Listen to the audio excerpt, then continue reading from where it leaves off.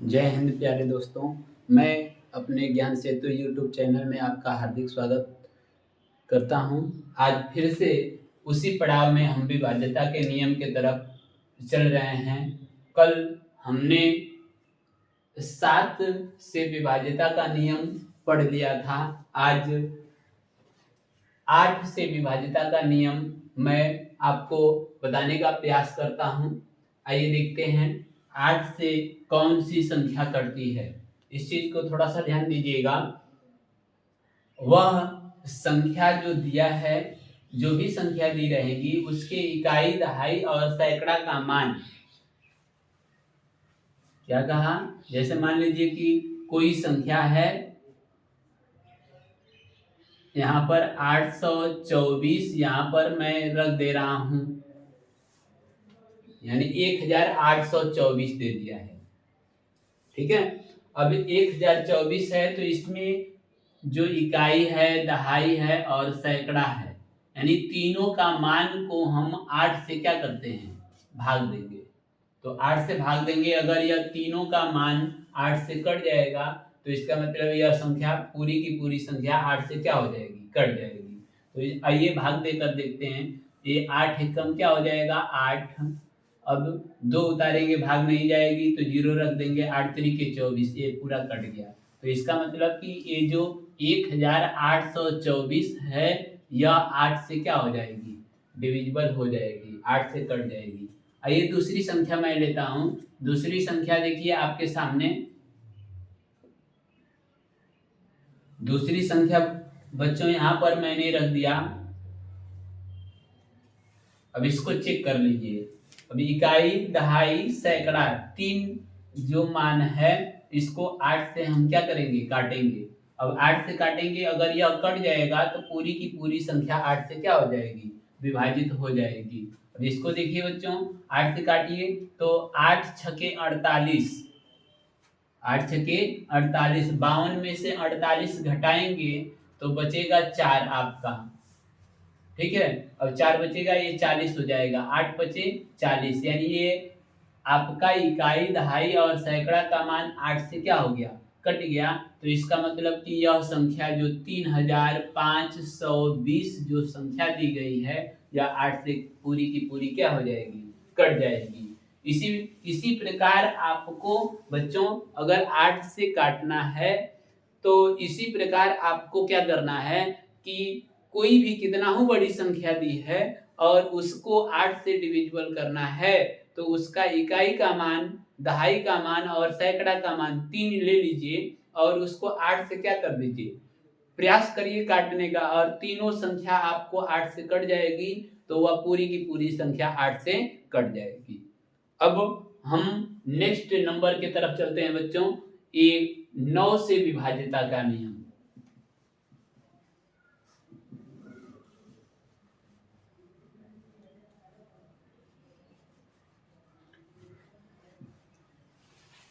तो देखिए 9 से विभाज्यता का नियम क्या है, इस चीज को थोड़ा सा ध्यान दीजिएगा। 9 से विभाज्यता का नियम है, जैसे मान लीजिए कि जो दी गई संख्या है, उस दी गई संख्याओं को आपस में क्या कर दिया जाएगा, जोड़ दिया जाएगा। और जोड़कर और 9 से क्या किया जाता है, भाग दिया जाता है। जैसे मान लीजिए कि हमने एक संख्या रख दिया बच्चों, जैसे मान लीजिए कि 9, ये आपकी संख्या मैंने क्या कर दिया, रख दिया। अब इसको आप क्या कर दीजिए, सबको ऐड कर दीजिए। तो ये 9 3 क्या हो जाएगा, 12। अब 12 में 7 जोड़ेंगे तो क्या हो जाएगा, 19। अब 19 को बताइए 9 से काटेंगे तो 9 के पढ़े में 19 आता है। इसका मतलब कि यह संख्या 9 से नहीं कटेगी। इसी प्रकार दूसरी संख्या मैं ले रहा हूं, जैसे 729 रख दिया। क्या रख दिया, 729। अब इन तीनों संख्याओं को आपस में क्या कर दीजिए, जोड़कर यहाँ पर लिख दीजिए। तो 7 2 9, और 9 में 9 जोड़ेंगे तो क्या हो जाएगा, 18। अब 18 को 9 से क्या कर देंगे, भाग देंगे। तो 9 एकम 9, 9 दूना 18, यानी दो बार में यह संख्या क्या हो गई, कट गई। इसका मतलब कि 729 9 से डिविजिबल होगी। इसी प्रकार बच्चों एक संख्या और ले लीजिए, जैसे मान लीजिए कि यहाँ पर मैंने रख दिया ये संख्या ले लिया, ठीक है। अब यह संख्या ले लिया, अब इसको आप जोड़कर एक बार प्रयास करिए करने का। तो 8 और 2 क्या हो जाएगा 10, और 10 में 8 जोड़ेंगे तो क्या हो जाएगा 18, यानी ये 18 9 से क्या हो जाएगा कट जाएगा। इसका मतलब कि 828 भी 9 से क्या होगा कटेगा। ध्यान दीजिएगा बच्चों, इससे पहले मैं एक आपको डिविजिबिलिटी कराया था 3 से। 3 का रूल ही सेम 9 का रूल है। बस यह ध्यान देना है कि वह जोड़ने पर वह संख्या 9 से छोटी नहीं होनी चाहिए। मान लीजिए कि हम कह सकते हैं कि 3 3 से कट जाएगा, लेकिन 3 9 से कैसे कटेगा। तो ये ध्यान दीजिएगा कि 9 की टेबल में आना चाहिए। सेम रूल वही है जो 3 वाला रूल है। सभी संख्याओं को आपस में जोड़ करके और 9 से क्या किया जाएगा विभाजित किया जाएगा। अगर वह कट जाएगा तो इसका मतलब कि वह 9 से पूरी की पूरी संख्या क्या हो जाएगी कट जाएगी। ठीक है बच्चों, आइए हम अगली संख्या की तरफ चलते हैं।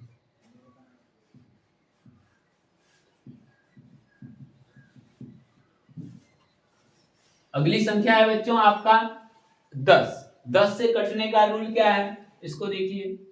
10 से कटने का रूल एकदम सामान्य सा है कि जिसके इकाई का अंक क्या हो 0 हो।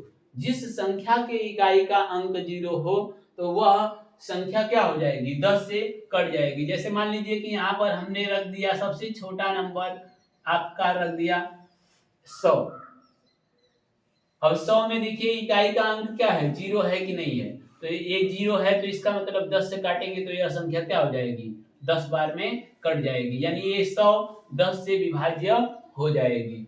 इसी प्रकार बच्चों मान लीजिए कि यहाँ पर रख दीजिए हम 250। दूसरी संख्या ले लिए 250। बताइए इकाई का अंक क्या है इसका, तो कहेंगे कि 0 है। तो इसका मतलब कि यह 10 से कटेगा तो चेक कर लीजिए 10 दुना के 20, इसमें से बचेगा आपका 5, ये हो जाएगा 50, 10 बचे 50, यानी ये कट गया 25 बार में। तो आपने क्या देखा बच्चों कि वह संख्या जिसकी इकाई का मान 0 हो तो वह संख्या 10 से पूरी की पूरी विभाजित हो जाएगी। आइए बच्चों हम नेक्स्ट संख्या की तरफ चलते हैं। वह संख्या आपकी 11 है। कौन सी संख्या है बच्चों 11 से डिविजिबिलिटी देखिए। 11 से कटने का रूल क्या है, तो इस चीज को थोड़ा सा नोट करिएगा। 11 वाला 11 से कटने का विभाज्यता का नियम, ये इसको नोट करिएगा। दी गई संख्याओं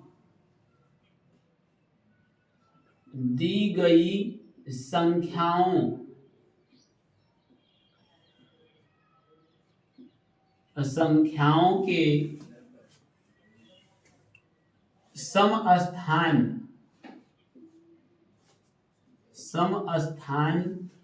वाली संख्या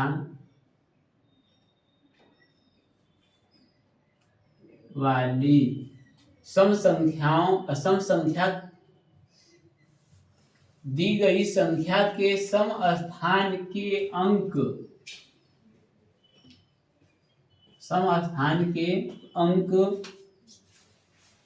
को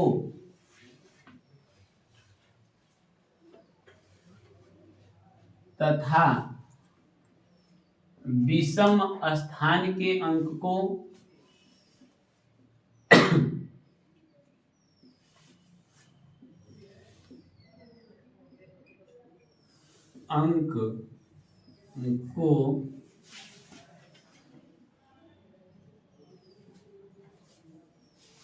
को अलग अलग जोड़कर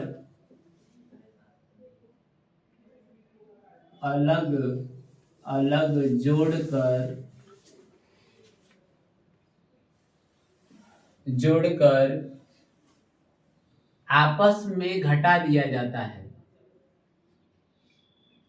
आपस में घटा दिया जाता है।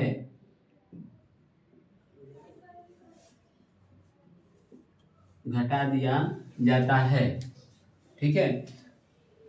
और प्राप्त अंक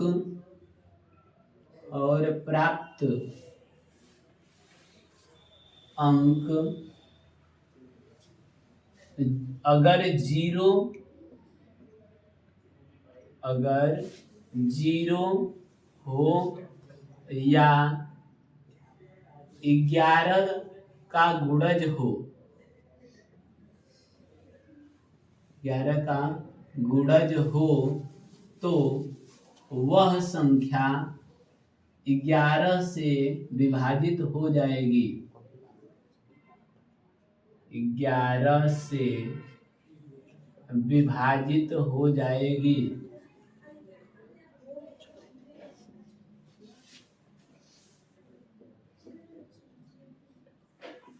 आइए बच्चों, उदाहरण देखकर हम आपको समझाने का प्रयास करते हैं। जैसे उदाहरण है आपका, सपोज करिएगा, जैसे मान लीजिए कि हमने क्या ले लिया, सबसे छोटा नंबर 121 ले लिया। आपका क्या लिया?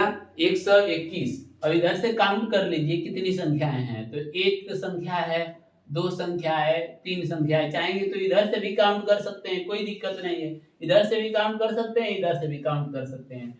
तो सम स्थान इसमें कितना दिख रहा है? तो केवल एक दिख रहा है। तो सम स्थान की जगह क्या है? तो 2 है। अब विषम स्थान कितने हैं? तो 2 दिए हैं। तो 2 एक एक है, एक 3 है। तो एक स्थान के नीचे नंबर क्या है? तो कहेंगे कि सर 1 है। तो 1 है, आप विषम स्थान यानी 3 के नीचे नंबर क्या है? तो 1 है। तो दोनों को आपस में क्या कर दीजिए? जोड़ दीजिए। तो 1 और 1 क्या हो जाएगा? 2। और ये सम स्थान का हो गया और ये आपका विषम स्थान का हो गया। दोनों का योग हमने आपस में क्या कर दिया? घटा दिया। तो 2 में से 2 घटेगा तो क्या आ जाएगा? 0।